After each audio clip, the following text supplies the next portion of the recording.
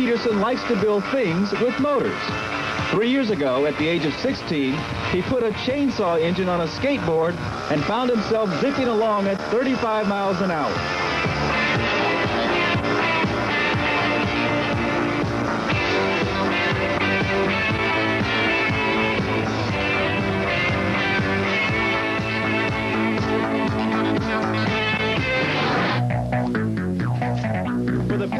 He's been working on something a whole lot bigger.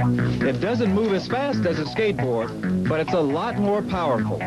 It has 2 engines instead of 1, and instead of wheels, it has propellers.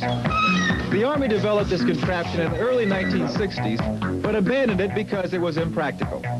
You can't buy one of these things, so when Robert decided he wanted his own, he just went out and built it. He is now the proud owner of a homemade hovercraft, and it literally has him floating on air.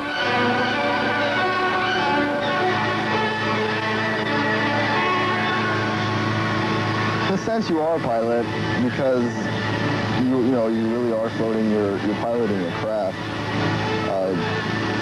It's fairly hard to fly. I don't think I would let any of my friends fly because it is hard to steer. It's not like a car where you turn and you're going. Since you are floating, as you turn, you're turning sideways, and it's not an easy thing to control. Since you are floating on air, it gives you a good sensation as if you're flying. But since you are still low to the ground, it's fairly safe. You can't get hurt. You're not going to crash and fall through the sky. I really did not know what the sensation would be until I did go and try it out. And a part of the building was to find out exactly how it would feel and see how it would be.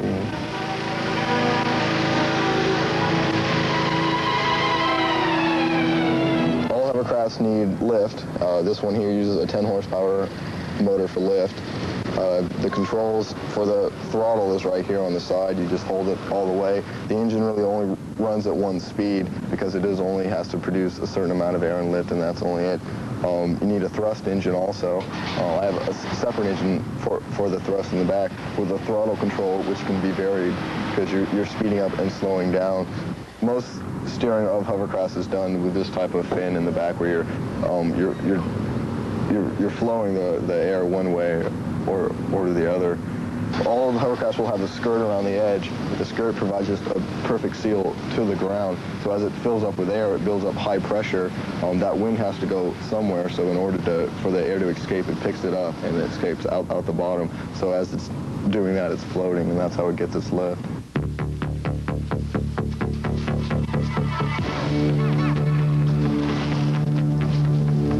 Because Robert's hovercraft actually travels through the air, it not only can travel on land, but on water too.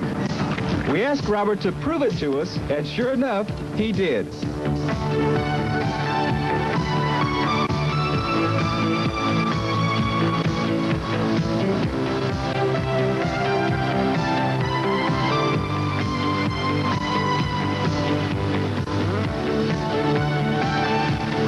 Very first went on the water today. I was going to put flotation blocks on it, so if the motors did die, it would stay afloat. I didn't do that, so we really were taking a big chance, and I had to keep it floating all along while we were inside the water. But it was fairly successful. I had to make some skirt changes in order to make it, the skirt was catching the water and slowing it down. I needed some more thrust in the rear, some more horsepower. Other than that, though, it really seems to be okay. Despite getting a little bogged down once in a while, the hovercraft couldn't have worked better. Most of it is challenge, too, just being able to say I did build one and it did work. I've been working for a year now, and all along I never knew if it would work or not. Now I got to the very end, and it's successful and it worked, so I'm very glad. It really was a big challenge to make sure it worked.